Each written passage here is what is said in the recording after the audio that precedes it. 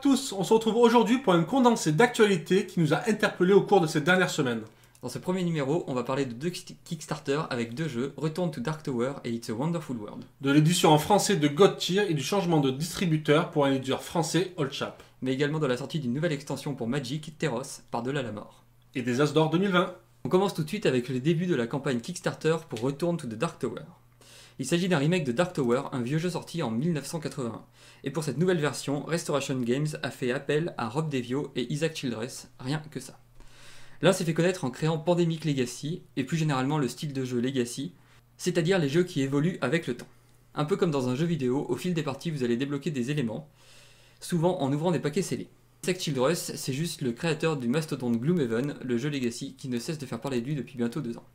Vous l'aurez compris, pour ce remake, Restoration Games a fait appel aux 2 meilleurs designers au monde. C'est quoi alors ce jeu ?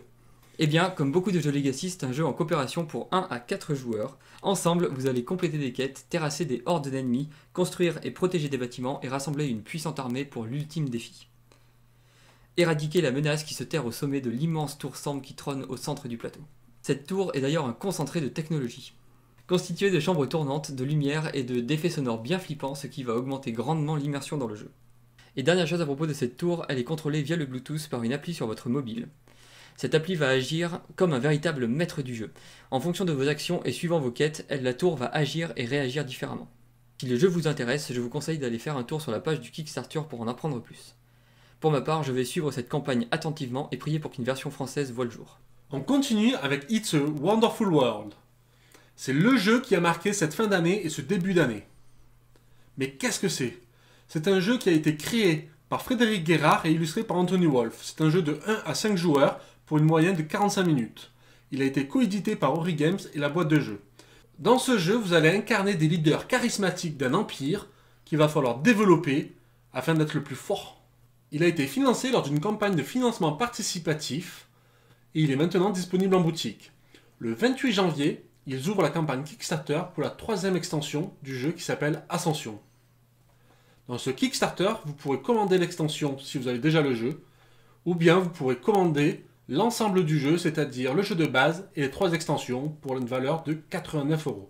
Si le jeu vous plaît, n'hésitez pas à aller kickstarter cette extension. On parle maintenant de God Tier. Si vous ne connaissez pas, voilà le pitch.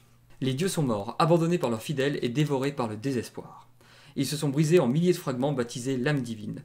En s'écrasant, chaque fragment sema la destruction et il ne resta du monde des mortels qu'une étendue stérile et sans vie habitée par une poignée de survivants. Imprégnés d'un immense pouvoir, ils consument tout mortel qui s'en approche et seuls quelques-uns sont capables d'embrasser leur lumière divine. God Tier est un jeu de plateau avec figurines où un nombre pair de joueurs s'affrontent pour récupérer les larmes des dieux. Pour ce faire, vous allez contrôler jusqu'à 4 champions accompagnés de leurs fidèles. Vous devrez alors remporter 5 points de victoire durant 5 tours maximum. Un tour étant composé de 2 phases, une phase où vous élaborez votre tactique et une où vous voyez ce que ça donne.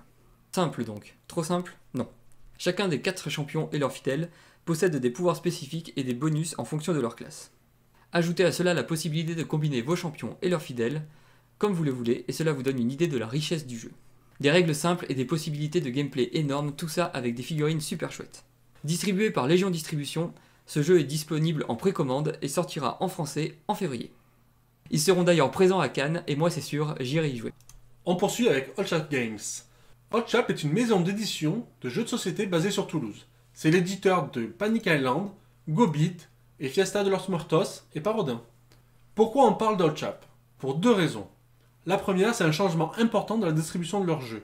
Après 7 ans de partenariat avec Pie Édition, Old Chap a choisi de travailler avec Black Hole Games, 3e distributeur en France. On attend avec impatience de voir le fruit de ce partenariat. 2 nouveautés sont annoncées.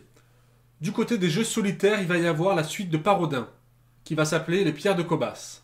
Et aussi une extension pour la Fiesta de los Muertos, avec évidemment de nouveaux personnages, mais pas que. On n'en sait pas plus, on attend de voir ce qu'il nous réserve. On passe maintenant à la news sur Magic. La 83e édition de Magic the Gathering est sortie ce 24 janvier. Et elle vous propose de retourner sur Terros, un plan que nous avions déjà visité en 2013. Ce plan s'inspire de la mythologie grecque. Attendez-vous donc à y retrouver un panthéon de dieux, des créatures mythologiques et des demi-dieux louant les mérites des dieux.